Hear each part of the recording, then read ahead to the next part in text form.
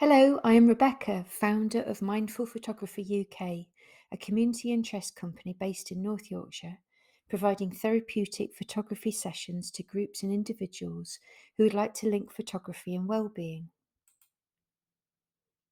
I began at York Mind in 2009 and then went on to share my method with other audiences face to face and since the pandemic also online.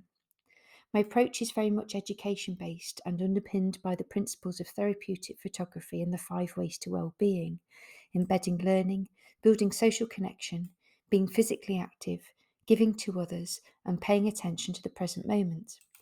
Today I've been invited to share my experience of studying at Robert Gordon University. During lockdown, I attended the Griffo online seminar and was lucky enough to link with Dr. Neil Gibson, who offered an introductory course followed by a 1 year postgraduate qualification in therapeutic photography. Today, I would like to illustrate how these courses helped me to better understand and report upon the outcomes that I observed during the sessions I was facilitating. The main outcomes of therapeutic photography, which we'll hear repeatedly today, is the enhancement of self-esteem, empowerment, and self-efficacy. But what does this really look like? I also love to share the softer outcomes I see regularly in participants, the increase in exercise, the increased focus and motivation, confidence in numeracy, writing, and IT literacy, and most noticeably, an overall calmness. When delivering, I generally work with partnerships and organisations, and upon entering a project, I use a bespoke resilience based questionnaire. Throughout the project, I support the participant on their journey. Photographic ability is incidental to the project. Just by slowing down, taking notice, and sharing, I see dramatic changes in their ability and willingness to critique images. I also see subtle changes in the way they present themselves overall. Clients become more selective in which image they share and adopt a healthy critique of each other's work. Working with partners, I respect their predetermined group guidelines and policies in relation to safeguarding and group facilitation, but find that through the creation of safe space, clients set their own boundaries and limits. The creation of the safe space is paramount for both the facilitator and the participants. There is a focus on flexibility and understanding of the personal circumstances that brought the person to the group in the first place. I largely work with people who are experiencing mental health difficulty, who are like myself survivors of domestic abuse or have engaged in the criminal justice system, but these issues are rarely discussed. The focus is on the individual and their personal well-being journey through education and lived experience. It is important to manage group expectation. This is achieved through selective partnership working, clear communication, and an effective referral system.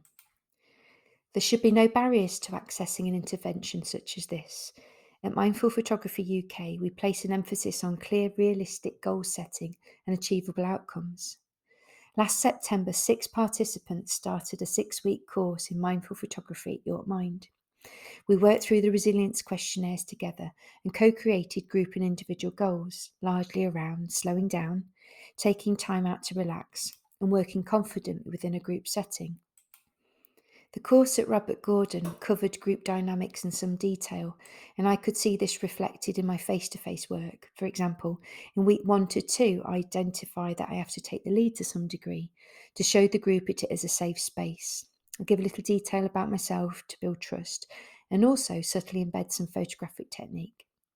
By week 2 to 3, the group are finding their common ground, their shared experience or propinquity. Relationships and friendships start to form, and I allow some flexibility in the sessions as people chat and find out a little bit more about each other. This is largely achieved through exchanging and commenting upon their images. I notice that people find the studium, those elements within the photo they might like, or the punctum, the resonance in the images which are being shared. At the end of the 6 week course at York Mind, all the participants requested that they continue for another 6 weeks. Attendance was consistent and there was a sense of pride and group ownership. They felt empowered to make new decisions and made statements alongside their images with conviction. We reviewed our objectives and goal setting. The individuals decided to set new, more focused and personalised objectives, which were drastically different.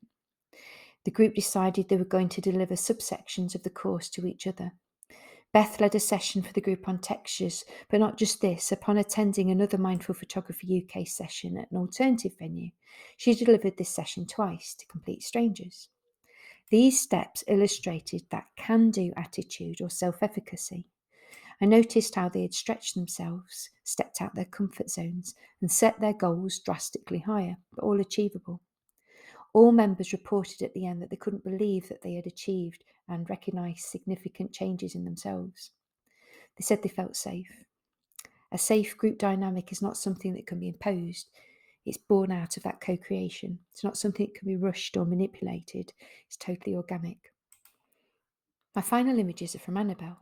She attended a course in September 2022. She was unsure what career path she would like to take and was trying her best to rebuild her life after 10 years of an abusive relationship. Our first project was to capture textures and patterns within the centre of York. She was nervous walking around herself, slightly unsure what images to take or how to interpret the brief. Annabelle engaged in the group tasks but was often tearful. She'd only recently left her marriage and was struggling to adjust to a new life. She had financial worries, and life as a single parent was overwhelming. She didn't know where to turn or who to ask for help. We met in the group over the next few weeks, and Annabelle started to build her confidence. She noted how the photography classes had made her see things a little differently. She was noticing things she hadn't seen before. She looked forward to her daily walks and would regularly post in the online sharing platform with considerable observation and thoughtful narrative. She completed a few workshops with myself, but said she still needed to do more. I invited her into the Mindful Photography Project, an online closed Facebook group which I initiated during lockdown. It's still running today and open to all. Participants can follow a monthly task and submit images if they wish, or simply enjoy the images and comments. Early this year, I facilitated another project, focusing more closely on therapeutic photography, exploring images such as the self, relationships, and the future. Here is Annabelle's response to the task surrounding fear. Fear. I feel that my life is locked. I have no control over what lies ahead as I don't have the key. In a sense, I am a prisoner, locked in, desperately trying to free myself. Annabelle found this beneficial, especially the checking in within the group setting and weekly measure of progress.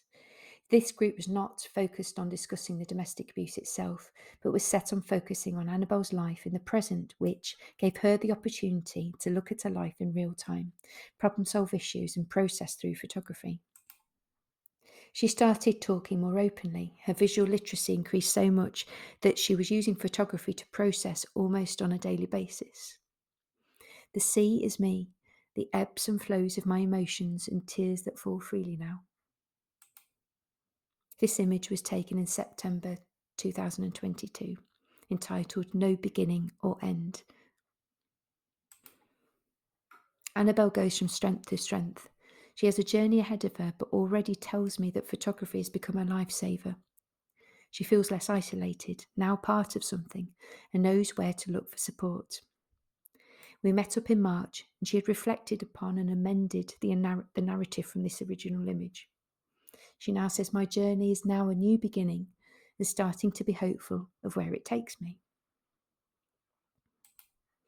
Here are some quotes from Annabelle. When I first started mindful photography, my head and my heart were in a very fuzzy, confused, raw state. My emotions were high and I cried endlessly, buckets, like a waterfall. During only the first session in a safe environment, I found I was able to focus on the task set by Rebecca. Feeling that my mindset changed as I looked through the camera lens and clicked away taking pictures. Then, talking in the group about our chosen pictures together. The sessions progressed, with me gaining enough confidence to go on short photographic walks with Rebecca and the group. The most profound difference the sessions had for me was that in such a short space of time, when I would go on my daily walks, I actually saw and felt my surroundings as I stopped to take pictures. That intensity of how mindful photography manages to instantly switch my mind from a deep, dark, insular, sad place to noticing the colours, smells, sounds, and textures. Wherever I am in that moment is a pure tonic for me now. The course with Dr. Gibson and my experience learning with this generous and warm cohort at the university gave me so much reassurance to continue to develop my own methodology to reach more and more participants. This intervention is low cost, accessible, and it works. Thank you.